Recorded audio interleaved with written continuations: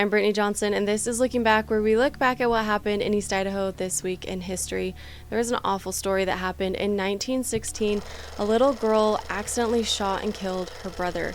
The accident happened in Springfield in Bingham County and involved the Isaacs family.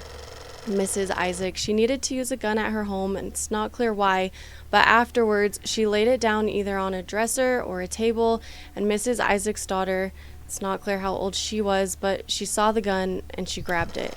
She started pointing it at her brother, just like she did with the toy pistol that they had, and then she ended up pulling the trigger. The bullet tore through one of her brother's arms and entered into his intestines.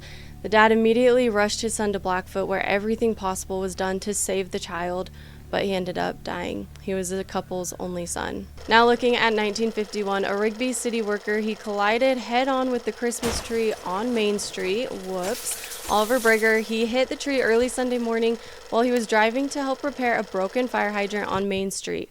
The bright lights of an oncoming car and a foggy windshield contributed to the crash. The Rigby Star said that Brager took a lot of friendly teasing from his coworkers since he helped put the tree up in the first place. After the accident, the tree was put back in place and the lights were repaired. And in 1977, a 24-year-old man was shot while he and another man walked across Center Street in Pocatello. Jerry Maughton was the name of the guy who was shot. He was listed in fair condition at St. Anthony Hospital, where he was recovering from a bullet wound to the abdomen. Police said that 5 or 6 shots from a large caliber gun were fired by a third man, and this all happened as store employees along that part of Center Street were closing up for the night. Police believe that it was the 4th bullet that was fired that hit Maughton.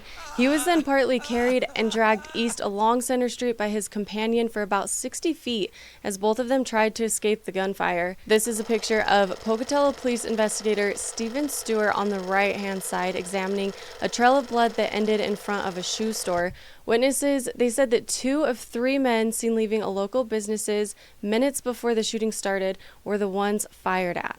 That wraps up this week's Looking Back, made possible by newspapers.com. We'll see you next week.